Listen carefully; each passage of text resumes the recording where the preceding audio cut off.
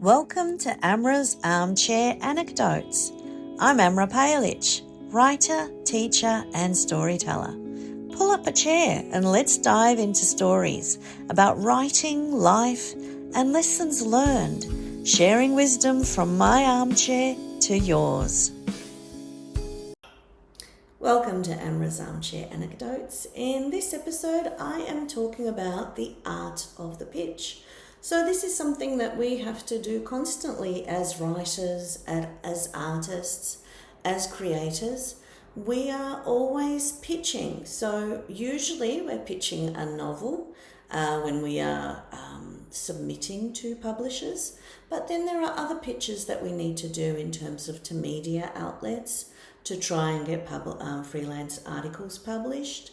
We also pitch our expertise in terms of trying to get workshops with writing organisations and build our credibility and our media portfolio. So today I'm going to talk about the different types of pitches and give some tips and tricks about how to do that. First, I'm going to start with pitching a novel to a publisher or to a literary agent. So when we're pitching to a publisher or a literary agent, we need to craft a query letter. We need to craft a letter that's telling them about our book, that is trying to find the best way to appeal to them and to sell our book. So I'm going to be using my query letter that I submitted for my published memoir, Things Nobody Knows But Me. And this memoir, I had an agent and my agent pitched it to publishers and it wasn't picked up and she didn't want to pursue it any further. So then I took on the job of pitching it myself and I researched the best way to do that. And this is something I had already done, obviously, in order to get my agent. So I already had some experience in that. So the first thing is you need to research. So research obviously the publisher that is best suited for you, for your novel or for your memoir or your non-fiction book, and make the case about why are they best suited. The best way to think about your book, I'm going to use the word book from now on, is to come up with an elevator pitch. So an elevator pitch is basically if you were stuck in an elevator with someone for 30 seconds and you only had that time while you're going up to those floors, how would you pitch your book? What would you tell them about it? And so I've actually pitched in person. There's some opportunities called literary speed dating, and I had the opportunity to do those. And so I had to develop pitches for my books and think about this elevator pitch and think about how to verbally, in a very crowdy and noisy room, get this pitch across. So it's about, making a connection with someone and also kind of capturing the essence of your book. So I find the best way to talk about these things is to look at an example. So I'm actually going to be using my memoir example. I will be providing show notes with some tips, and within those show notes I will actually be including my query letter and the one that was successful. So first of all, in a letter you have your address details and your website. I would encourage every writer, no matter where you are in your writing journey, to create a website. Even when you are starting out, you don't really have much. Having a website that is like your face, your digital introduction, that has your bio, has a nice professional headshot, whatever you can afford depending on the stage of your career. I actually spent most of my writing career taking selfies or getting my husband to take photos of me that I then used as my headshots. Sometimes I put them through filters and made them look nicer. It's only this year, a few months ago, that I paid money and I actually had my hair professionally done, I had my makeup professionally done, and I hired a professional photographer to take professional headshots of me. And there is a difference. I have seen that there is a difference. However, depending on where you are at your stage of your writing career, that is not something that you need to invest in and you need to spend money on when you are an emerging writer. I certainly did not. So, I've been in the writing industry for 27 years and I only paid for a professional headshot this year. So just having a face on your website, and these days when you are pitching also, they sort of want to know that you have a social media presence. There is an expectation that you will be doing promotion and publicity. So that's something for you to think about, and I'll go into more detail later on. So then I had the date, obviously, the name and address of the editor, and the subject line was submission of my memoir, Things Nobody Knows But Me. So the first few sentences are crucial. This is where you are demonstrating that you have actually done research and you are thoughtfully submitting your book to this publisher. So the way that you do this is you have to actually research what books they have published and why they might be interested in your book.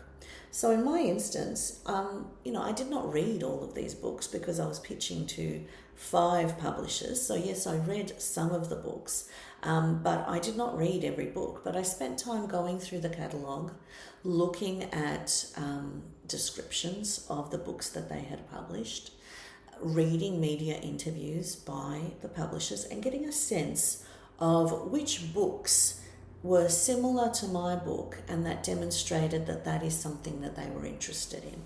So in the instance of Transit Lounge, I had found 2 publishers. So my first sentence is, I am submitting a query for my memoir, Things Nobody Knows But Me, as you have published memoirs from Australian women writers of diverse backgrounds, such as Banana Girl by Michelle Lee, that explores her Lao background, and Playing House by Amy Choi. So it's not enough just to state the publishers that, the books that you're demonstrating, why they'd be interested. You actually have to show an insight about why. So in my instance, I said Australian women writers of diverse backgrounds, because that's something I had identified as unique to who I am as a writer, who I am as a person, and what I am trying to establish and put forward in the publishing industry. And then I, added just a little descriptor of one of those books just to really hone in on why, and that I'd done my research, that I wasn't just listing the books for the sake of listing the books. So obviously this is very short and very succinct. I think it's, it is one sentence, one long sentence, obviously with punctuation, but it is still succinct.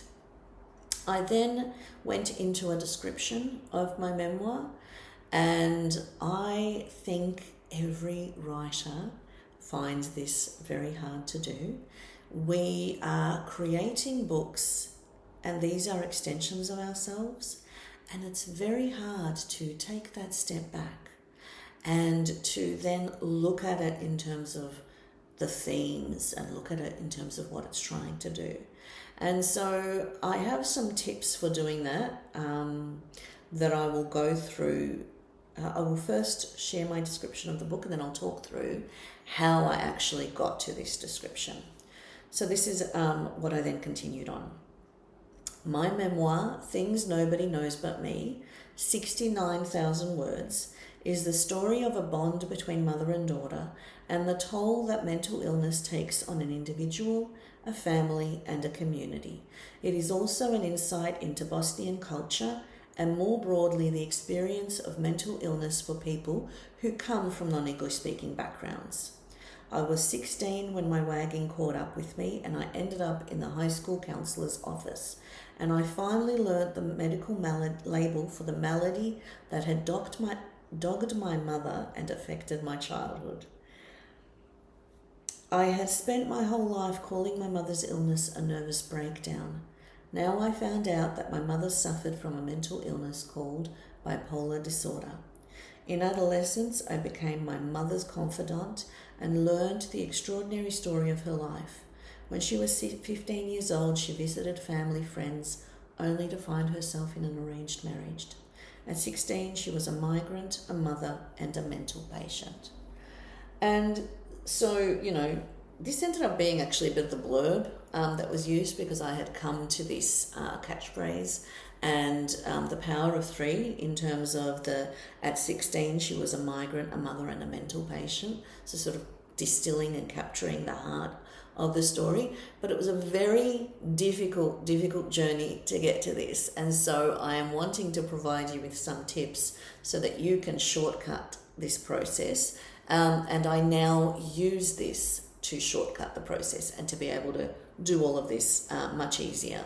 Because even though now I am not submitting my novels for publication anymore, because I'm publishing them myself under my small press, I still need to be able to write blurbs. I still need to be able to distill the themes and the story in terms of, being able to do media releases and trying to get media coverage.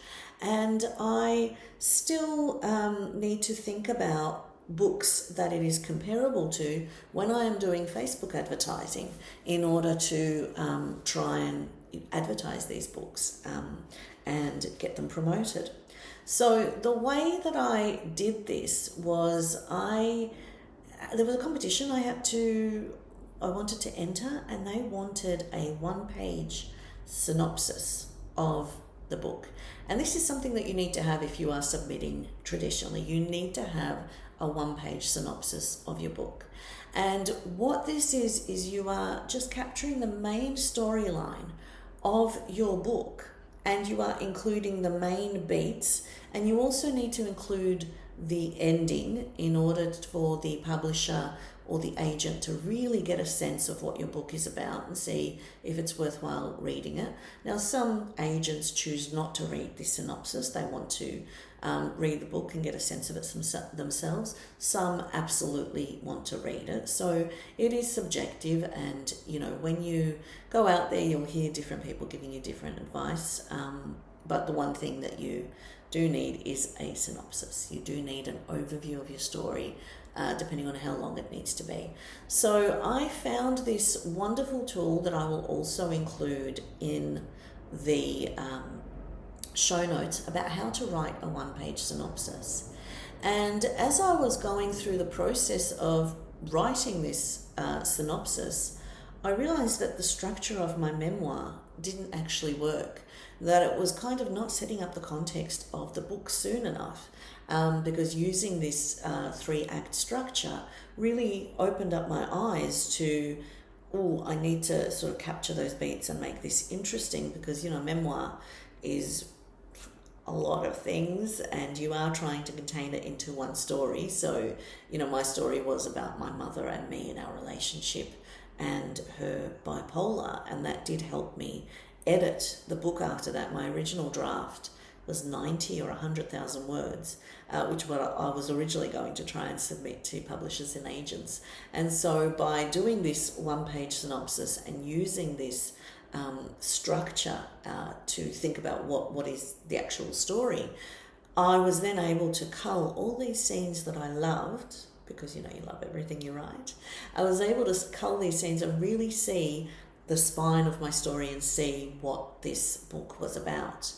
And so now what I do with every book that I'm writing, I usually do the brainstorming and then I start the writing process, and then usually when I'm about 20,000 words in, I actually stop and I do this 1-page synopsis, and I just check about my beats and check, is this story working? And then I know that this is, structurally that the story is okay. And also I have something that I'm going to be able to use for the blurb, for the description at the back of the book. Because once you have gotten it down to one page, and it might take a while, it did take me a while, where it started out with, 3,000 words and then culling and culling and culling. When I got it to one page, then that was easier to kind of look at and find the elements to be able to write the description of the book. And you're going to need that shortened description when you are pitching and writing the query letter. So, long process about how I got to that and what you need to be able to do. And then also, doing those power of three, using those literary strategies in terms of trying to zhuzh it up a little bit. So my query letter then goes on to, Things Nobody Knows But Me is about a mother-daughter bond fractured by years of manic and depressive episodes, marked by powerful changes in mood and energy that was eventually brought under control through an accurate medical diagnosis. Memoirs such as Strange Places, a memoir of mental illness by Will Elliott, and Madness, a memoir by Kate Richards, shed a light on sufferers of mental illness from an Anglo-Celtic perspective. The story that is by and large missing from the literary landscape is that of the migrant affected by mental illness. And so I found one of the successful things that if you can do with your query letter is actually looking at the publishing industry at large, looking at that landscape and looking at the stories that are out there, and what is it that you are offering that is different? What is it that you are doing that is unique to you and that makes your story something that needs to be out there? And if you can make that argument successfully, if you do that research successfully, it will do two things. One, it will really prompt the agent or the publisher to see that you know what you're talking about. But secondly, it will really lead you deep into the themes and deep into the heart of what is this story that you're trying to tell. And then when you're looking at the media attention and the promotional aspects of it, you really know what it is that you're offering that's different out there. So for me, it was about the fact that there are so many stories now that are being written about the different perspectives of mental illness, but we're not seeing these stories from a diverse background. We are not seeing the multicultural perspective. And that is where I come in. That is where I come in with my Bosnian background to be able to share that perspective and share that story because it is different. And then I go in and I make my case about why it is important to have this diverse perspective and what I'm offering. So it is my hope that this memoir, in addition to telling a great story, will have the potential to be used as an educational resource about parenting with a mental illness and the challenges of suffering from a mental illness within non-English speaking backgrounds. People from non-English speaking backgrounds face the highest risk of suffering a mentally related disorder, and yet these same people often don't effectively access treatment because of cultural and religious stigma. When they do access treatment, they are often misdiagnosed or not able to participate in effective treatment because of language barriers. Now, because of my mother's background, mental health is something that I have always been very interested in, and I have always collected research on and collected information on. One of the most interesting facts that I found in my little journey was that there was a study of people who were from former Yugoslavia, and that there was a very high proportion of this community that were being diagnosed as schizophrenic or bipolar. And this researcher went through the diagnosis of these people and realized that the culture and the way that we speak and the language that we use was actually influencing the diagnosis. So because the researchers were not aware of the cultural context, they were misdiagnosing these people, because we have this thing where we have a lot of, I'm going to kill you, I'm going to kill myself, like this hyperbole in our language. Even, when we're talking about a child is sleeping. So, in Western culture is they're sleeping, peacefully. There's all these lovely contexts and sayings about it. In ours, it's spava kozaklan.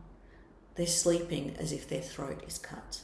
So, even something like that, an image of a sleeping child is described in a very violent image. And so I can understand why these, psychiatrists who did not have the cultural context were listening to people who were from former Yugoslavia, so, from Bosnia, from Serbia, from Macedonia, from Croatia. Slovenia was also a republic. And kind of like, oh, these people are mentally ill. So, that cultural context is what I was offering, and that cultural context is something that I had identified that was different, and that was, something that I could share. Then, and also looking at, the publishing industry broadly and doing those comp titles. So mentioning those books that are touching on your theme and that are touching on your book, but that are not offering your perspective also really, shows that. So then the last 3 paragraphs are me spruiking myself, talking myself up and talking my experience up. So my debut novel, The Good Daughter, Text Publishing 2009, won the 2009 Melbourne Prize for Literature's Civic Choice Award and was also shortlisted in the Victorian Premier's Awards for an unpublished manuscript by an emerging writer. I'm also author of a novel for children, I'm Your Friend on Loan, Garrett Publishing, and co-edited the anthology Coming of Age, Growing Up Muslim in Australia, Ellen and Unwin 2014, that was shortlisted for the 2015 Children's Book Council of the Year Awards. I have been funded by Creative Victoria to be mentored by Alice Pung in developing this book. Excerpts have been published in anthologies, School of Hard Knocks in the upcoming anthology Meet Me at the Intersection, Fremantle Press, 2018. Nervous Breakdown was published in Rebellious Daughters Anthology, Ventura Press, 2016.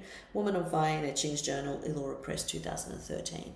So, if you were doing the maths with me, you would have realised I was writing this book for 5 years. I was actually writing this book a lot longer than that. I was writing it my whole life in different ways and in different shapes, and my debut novel, The Good Daughter, is my first attempt at a memoir, but I was too raw and too scared to write at that time, really honestly, and delve into the truth, and so I wrote it as fiction and I kind of disguised things a little bit. I had quite a few credentials at this point in terms of the publishing industry that I could make that case. But the other thing that I had been doing and that I still do a little bit is I had been submitting standalone chapters of this memoir to journals and to anthologies to build that literary history. I mean, I did it also because I like getting published, for one. And 2, I did it because writing a book, for 5 years takes a really long time, and you need little wins along the way. You need encouragement. And so I had found this method of submitting standalone chapters as short stories and getting them published as a way of giving me that little bit of a lift, that bit of motivation. And then also that if I did want to submit to publishers, I would have a case about the fact that this book had a proven audience, with these chapters.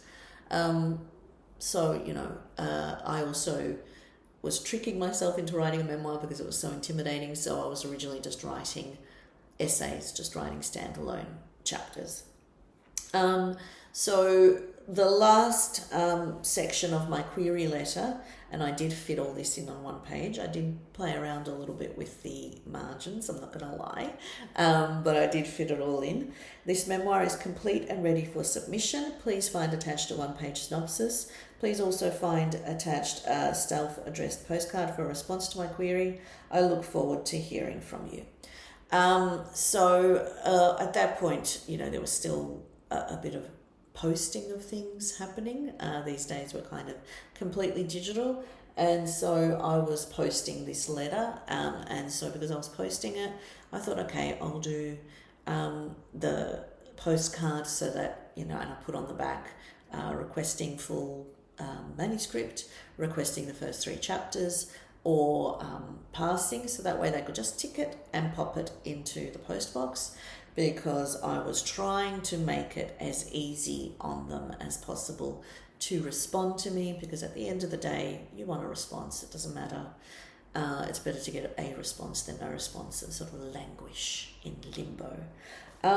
The other thing that I did that I just see that is not included, at this point I was submitting query letters simultaneously, so I submitted them to 5 publishers at the same time.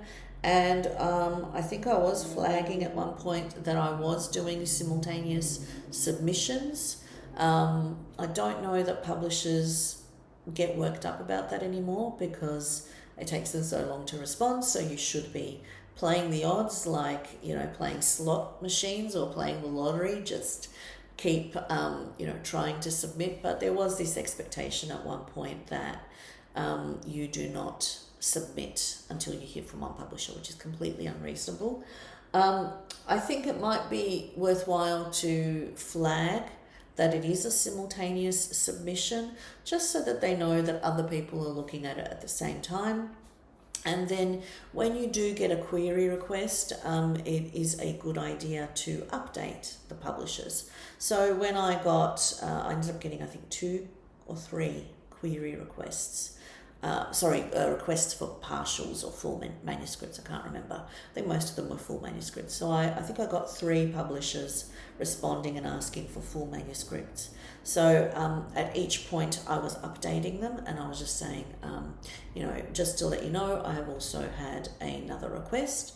The really weird thing was, one of the publishers got incredibly offended about the fact that I had submitted elsewhere and I had another request, and that I was updating them, and he got really offended, and he was like, and don't use my name with the other publisher. So I thought he thought I was trying to leverage attention and kind of go, oh, I've got this, which I wasn't. I was actually just trying to be professional and just trying to maintain that communication. And so when I received an offer from a publisher, I immediately notified the other publisher who had the full manuscript request also, and just said, just to let you know, thank you so much for your request. I have actually received an offer and will be withdrawing at this point. So at that point, usually you might want to try and negotiate and try and use, one offer. I wasn't interested in that at this point. This was the book of my heart that I had spent my whole life writing, that I had spent 5 years working on intensively, that my mother had read a draft of and was involved in the writing of. And so I just wanted to honour her life, and I wanted to publish it, and I just wanted to find a publisher that was on the same page with me and that saw the value in the story. And as soon as I got that, I was happy to continue with that publisher. So I will attach the query letter and, what you should do. I think to recap, you need to do research. I would recommend, it might be hard for some people. Some people might actually find this advice hard. And again, take everything I say, just like anything anyone else says, with a grain of salt, because everyone's writing journey is different. Everyone's experience is different, and what works for me may or may not work for you. So, vet it for yourself. But I personally do research as I am writing. So because this book was 5 years in the making, I was reading every memoir out there that was about mental illness, and I was making notes about it. I was looking at the publishers who are publishing these books and making note of that, looking at, all of and collecting the information and sort of developing a strategy in terms of what I wanted to do to move forward while I was writing. Now, I was saying that might be difficult for some writers is some writers might get disheartened if they are looking at books that are published, and when you are in that early emerging stage of your journey, it might be intimidating for you. So, mediate that as you can in terms of what works for you and what will keep you motivated.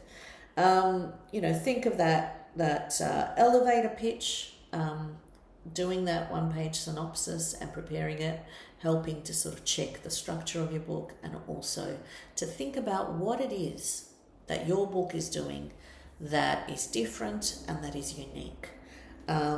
So I will attach all of the information in my show notes. So please have a look at those and see if they are helpful. In this next section, I am going to talk about my freelance writing experience.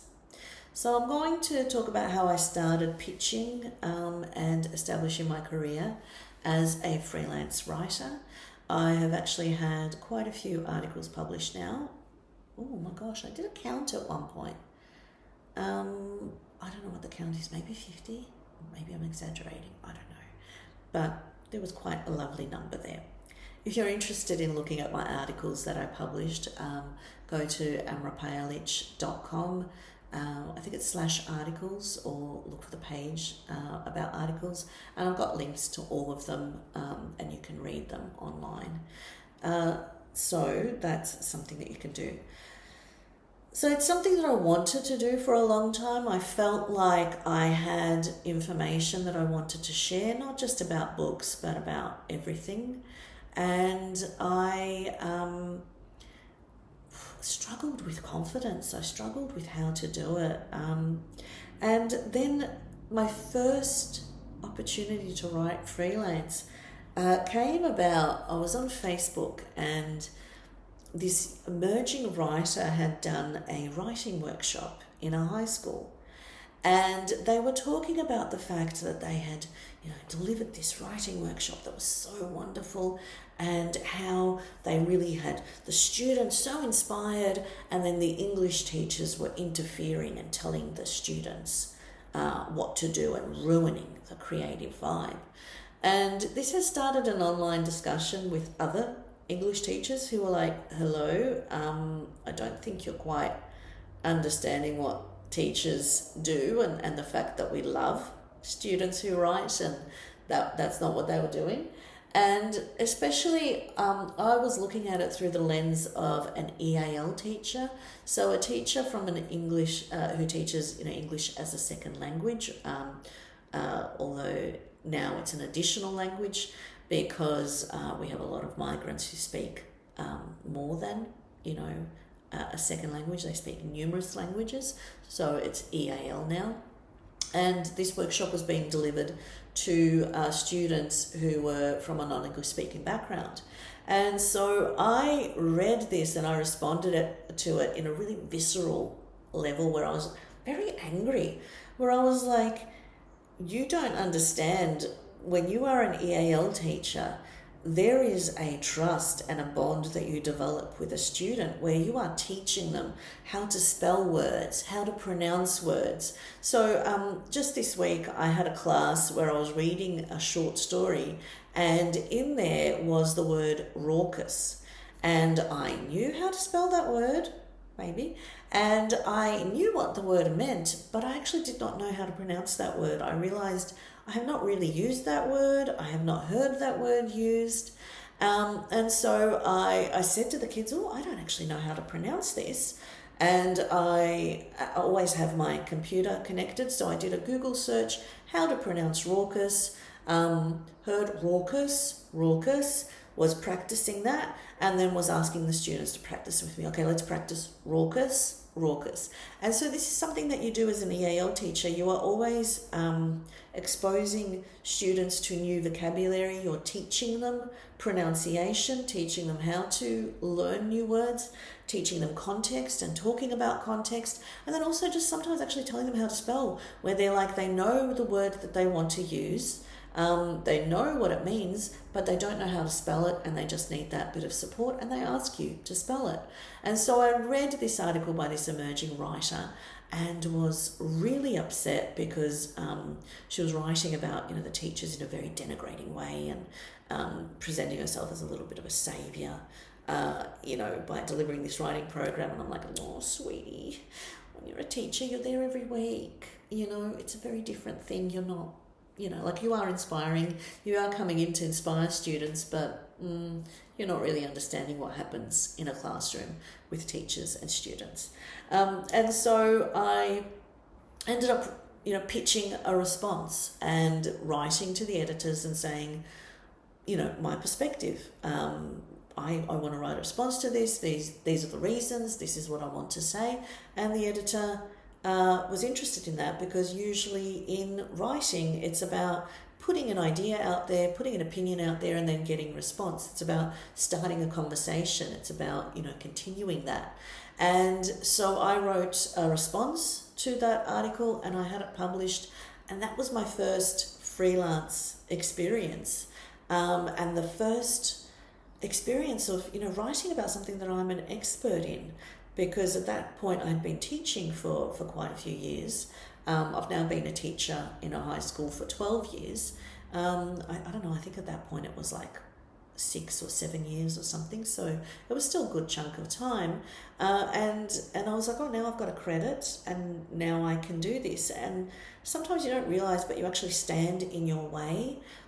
And I had been standing in my way, where I knew I wanted to pitch, and I knew I sort of had ideas and things to say, but I could never quite get there. I could never quite get over that line. And so I started then thinking about ideas, and I would have conversations with people, and I would be like, oh, that's an idea to pitch. And then I would also think about, can I interview people and can I pitch that, where I'm also showcasing other writers.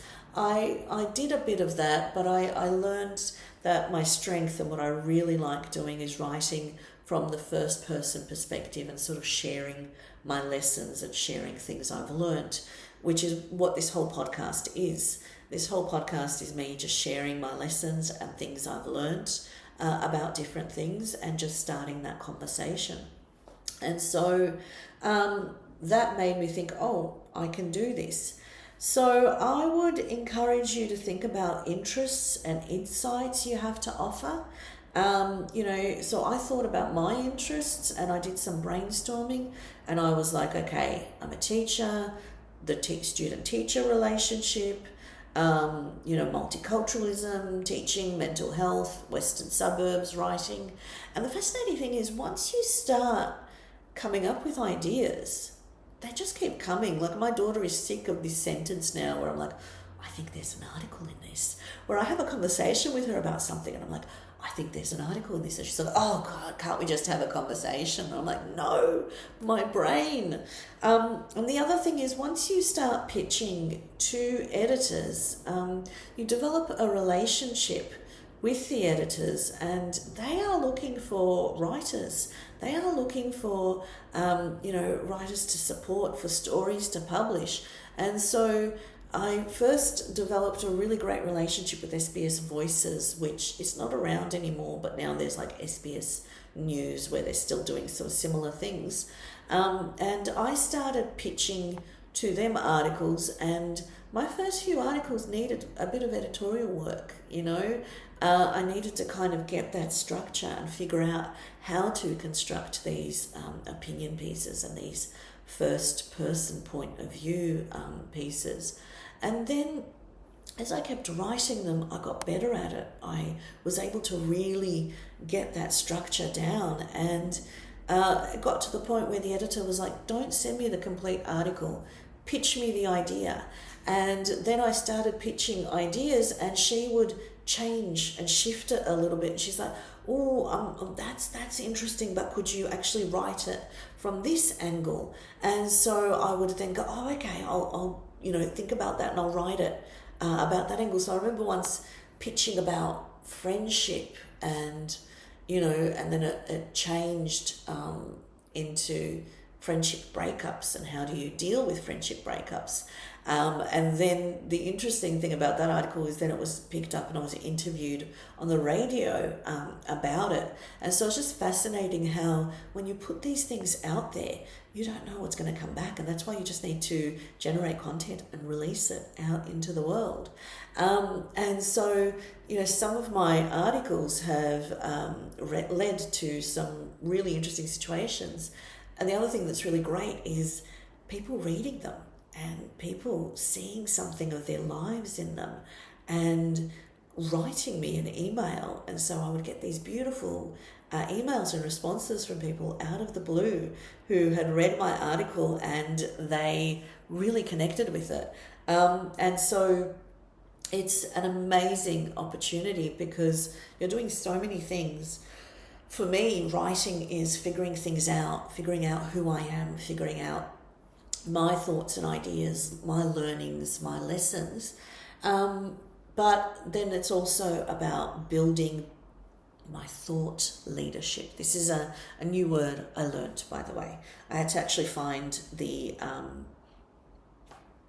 definition of this because I'm like, I need to actually say the proper definition of this. So what is it that you are an expert in?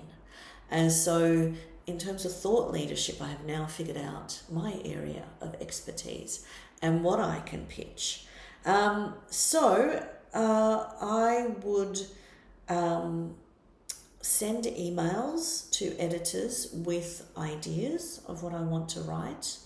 I would include things that I've done before, and I would include links to previous articles that were on that theme to sort of demonstrate to them my understanding. And in the pitch, I would also recommend that you sort of include where you've been published. So I've now been published in some very high profile, so in The Age, in The Guardian, in literary journals, in SBS Voices, in ABC, as education. So I now have some, credentials to include. In the beginning, you might not have that. And so you can talk about your personal experience and why you are the person who should write this article. So, again, crafting it as an idea, why you think that this article has benefit, looking at have they written something about it, what are you responding to, can also be helpful. And then, don't take rejection. You might not hear from them. That might be the rejection where it's crickets, which has happened to me. So I would encourage you to try and pitch it to a few different places. Also in the beginning, it might be worthwhile actually writing out the article. And because usually when you're an unknown, they want to see your writing and they want to actually accept the completed article because they're not sure. And so that is what was happening to me in the beginning. They would not actually accept it. They would say, I'm interested in seeing the complete article, and then they would look at the complete article and then they would ask for edits, and then after I made the edits they would go okay, and then I would get the contract and they would confirm that they were publishing it. Now that I've developed this skill and developed the relationships and the networks and have the publication history, I do have editors, even editors who don't know me, who are willing to accept a pitch from me and do the contract based on that.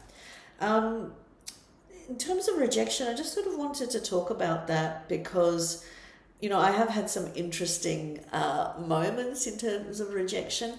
One of the most interesting ones is my regular editor that I worked with for one of the publications was on leave, and so I pitched an article to the editor that was covering their patch while they were on leave. and they accepted an article from me. And so I wrote the article and I submitted it. And I didn't hear anything for a little while. And so then I followed up and I didn't hear again about that article. And I was a bit disheartened because I thought I'd developed a relationship there for a while. And so I just left that. It kind of disappeared into the background. And then I had another idea and I pitched it, and my regular editor was back on deck and they accepted it. And then the editor that was on leave contacted me about the article that they had ghosted me about. I was like, oh yes, we just wanted to edit it a little bit and then proceed with publication. And so my theory is that my article had kind of dropped down the list and they had forgotten about it, and that they were then embarrassed. They thought too much time had passed, and or maybe they just completely forgot about it, and then when they saw that I was being published again, they were like, oh, I accepted an article from her, and then, put me back into the front of their mind.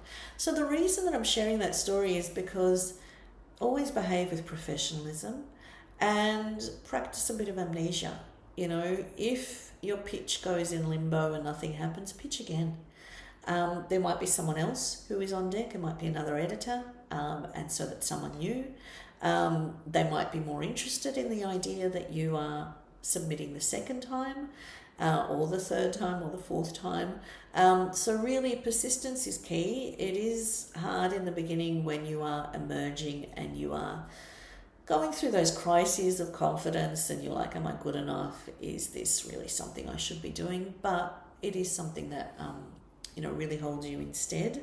So I would also say, think about how can you rework this pitch. Instead of an op-ed where you focus on your own experiences, can you make it more of a research-based case study, or can you interview others? So even, if you're like, I really want to write this, and then you come across another publication where you're like, I can pitch this, but they don't do first-person memoir pieces. They want more of a research article. Pitch it as a research article. It's interesting, when you're a writer, the skills are translatable and you can do different things. You can try different things and figure it out. So I would really encourage you to, think about what you're an expert in, and think about what you can pitch articles on, and also connect it to the themes of your book. I wrote a bit about mental health, a bit about bipolar, and then in the byline, Amra, author of memoir, Things Nobody Knows But Me. And I did have people buying and reading my memoir because of the byline. So this is also an opportunity to, get readers who are out there. And, it's interesting, the more that you get out there, like I have actually had editors contact me where they're like, oh, we would like you to write this, or we would like you to write that. And I'm like, of course, yes, I will write that for you. Thank you, darling. You actually know my name. Ooh. So, it is about getting out there and just putting yourself out there and seeing what comes back. So now I'm going to talk a little bit about why media attention matters and how to pitch to media outlets. Now, this is something that might be more relevant to those of us who are independent authors, who are publishing ourselves and are having to put on these different hats. Usually, if you are published with a traditional publisher, they are the ones that contact media outlets and get you that attention. But sometimes they only give you, a publicity person for a short amount of time, and they are struggling, they've got a lot of other projects, and you kind of might fall through the cracks. So it still might be on you to try and get some media attention and try and get, people talking and writing about your book. So think about the outlets that align with your topic. Even start with just your local newspaper. Usually they're always interested in a local news story, and then you can use that as a building block, as a stepping stone to submitting elsewhere if they publish a story about you. Try and find the right journalist, editor, or producer that covers your subject area. And then, think of that hook. Think about what it is that your book is telling. What is it that's addressing out there? What's the theme? And, hopefully you've already done this work, so this is something that you can do.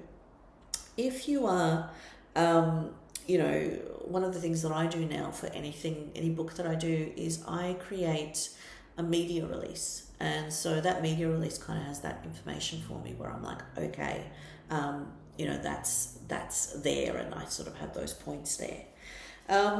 Keep it, clear, concise and focused. Don't make it too long. You need to make it, very short, 200 to 300 words.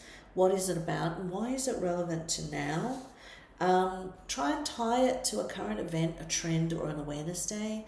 So, Ruth Clare, who published Enemy, which is about her father who suffered from incredible PTSD after being forced into national service and being a Vietnam vet, then pitched, an article to The Age for Anzac Day to talk about the families and that, they are the ones who are also dealing with the aftermath of a soldier in service. So, think about what things you could tie it to and offer sort of a fresh perspective. Highlight your expertise and relevance. If this is from your lived experience, if this is something you've researched, this is something you know about, these are some statistics that you know about. Offer a clear call to action. Are you pitching an article, an interview, expert opinion? Let them know you're available for follow-up questions or interviews. I've had sometimes situations, I remember I submitted an article to an outlet about how I had almost fallen for a scam, and they then contacted me and said, would you be willing to be interviewed by a journalist who's going to write about it? I said no, because I'm at the point now where I want to be paid for my writing, and being a part of that interview was not going to help me in terms of promoting my author, background in my writing. So I didn't see any value in that. But sometimes that can also happen where they can see that they can use you for something else. So, it's good to sort of do that bit of an overview. Provide supporting material. So, high quality images, the author headshot, the book cover. Include a press release. If you are traditionally published, hopefully the publisher has something like that, or you can do your own. Follow up, but don't spam and don't follow up too many times. Only once, and only, I wait a long time before I follow up because I hate following up. And a lot of times I don't. I would also encourage you to create a media kit for your book. You can go to my website and look at any of my book pages, and at the bottom of my book pages I have a media kit, and in that media kit I have the short description, really short two-line description of my book, the medium description, the full description of my book. I have my social media handles. I have little posts, leading posts about the book, talking about what the themes are, what the purpose is, with myself in quotation marks, so that if a journalist was interested in that, they can just pull those quotes and use them. I have promotional images where people can download them and use them in social media. I have that media kit also as a Word document where they can download it and actually copy and paste it easier if they need to. So look at preparing that background information, because then a lot of the time you can just copy and paste and you just attach those links when you are pitching to media outlets, and they've got all the information that they need, because sometimes they have very quick turnarounds where they're like, oh, we've got a spot, we want to do this quickly. Include your phone number when you are pitching to media outlets, because if they need to contact you quickly. So just providing that information, trying to make it as easy as possible.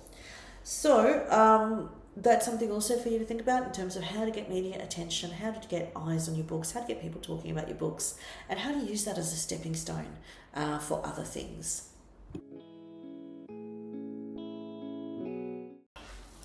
Okay, in this last section, I am going to talk about how to pitch a writing workshop.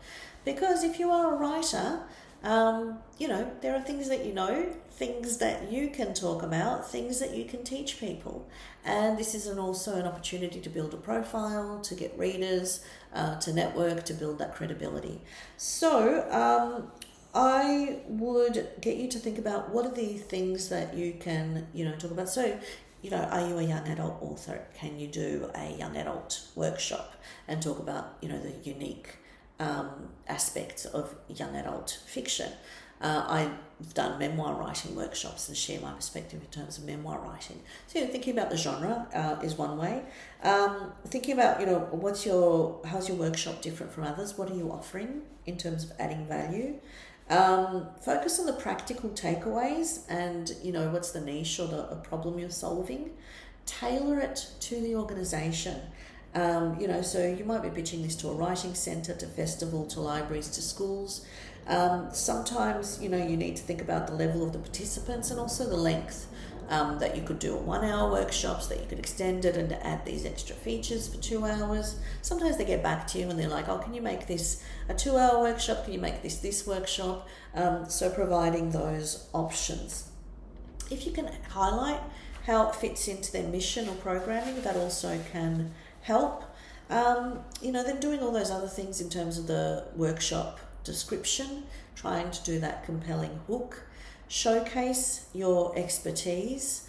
If you've done workshops before, I have now learnt the very hard way that when I do a workshop, I ask participants to give me a testimonial to tell me, did they enjoy it? I mean, you usually look for the ones who enjoyed it. And I have those quotes. I have those as testimonials to then promote myself.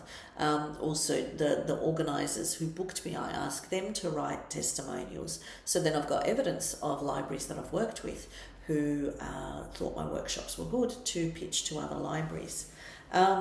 So focus on the learning outcomes. What are you trying to get the participants to do? And what will they gain? What is it that you're focusing on? Is it that they are, learning how to structure a young adult novel or to understand the voice of a young adult novel? So, thinking about those nuances in terms of the workshop that you're offering. Look at the logistics. I've now bought stuff in terms of being able to connect my overhead. Do you need an overhead? I have handouts that I provide, so I'm also like that, will photocopy those. Price your workshop competitively. So in Australia, we've got the Australian Society of Authors. They have a list of what you should be charging for the different things that you are doing in the author business, so use that as your guide. Back your pitch up with materials, have the polished one-page work proposal ready, short bio and headshot, provide links. This is where your website is handy also, where you can link and provide that information.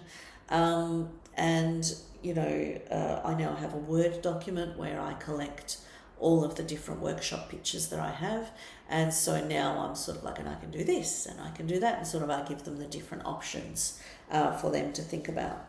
You can follow up, but again, not too much, only once. We recommend a fortnight maybe or a month. And then not again, because no response is a response. Very hard, but very true. So you need to leave it. That's another opportunity for you to build your credibility, but also your income, because as writers, as authors, as creators, we need to be entrepreneurs. We need to think about the different things that we can do, the different skills we offer, the different ways we can make money, and we need to hustle. And this is one way to do it.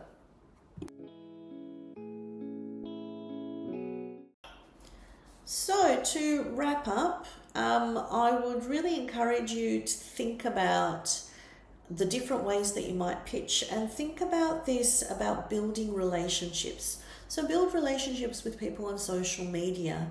Look at what they are doing, collect information, and then follow up and engage. Start small. pitch to your local newspapers. Look at niche blogs or niche podcasts that you can pitch to. Use your personal story. Focus on who you are as a person, because that's what makes a pitch stand out. If it's too generic, it kind of reads like everything else. But if you focus on that authentic, personal story, that is what will get people, and that's what will get that attention. And I would really encourage you to create a media kit. So as I said, I have a media kit for every single book, in order to promote that, trying to get that media attention.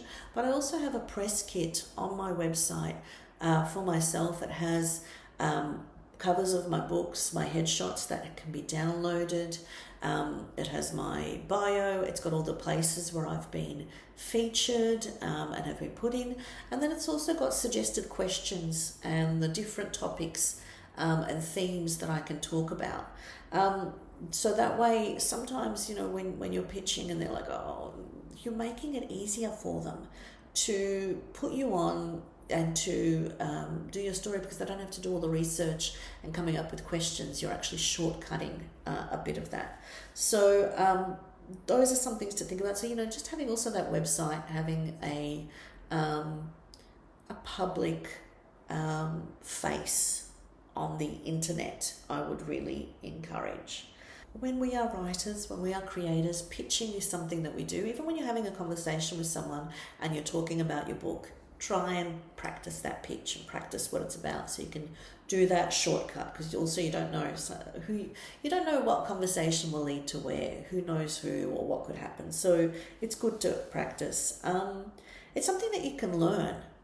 Practice really does make perfect. It is difficult in the beginning, but the more that you do it, the more it becomes like, second nature. I am at the point now where I can pitch all sorts of things. I am not perturbed if I don't get a response. I am a bit Teflon and just kind of keep going. And also, it's just so interesting how success begets success. So as soon as you book, one workshop or one, interview opportunity, then you use that as a stepping stone to build another one. Don't forget to visit my website, look at the episode show notes and the handouts that I've got to help you. So I've got my query letter, I've got how to do the one-page synopsis, and I've got some general advice about pitching. I would love to hear from any listeners about your pitching experiences or questions. So go to my website, amrapajalic.com/podcast. So amrapajalic.com/podcast. That's where you can find all the show notes and the transcripts, and you can also connect with me and leave comments.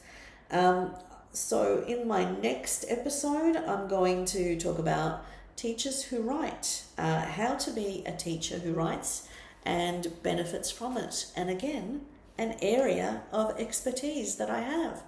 I hope you've enjoyed this episode and found it helpful. So get out there, pitch, and you will see success. Thank you for tuning in to Amra's Armchair Anecdotes. If you enjoyed today's episode, don't forget to subscribe and follow for more insights, stories, and inspiration. From my armchair to yours, remember, every story begins with a single word.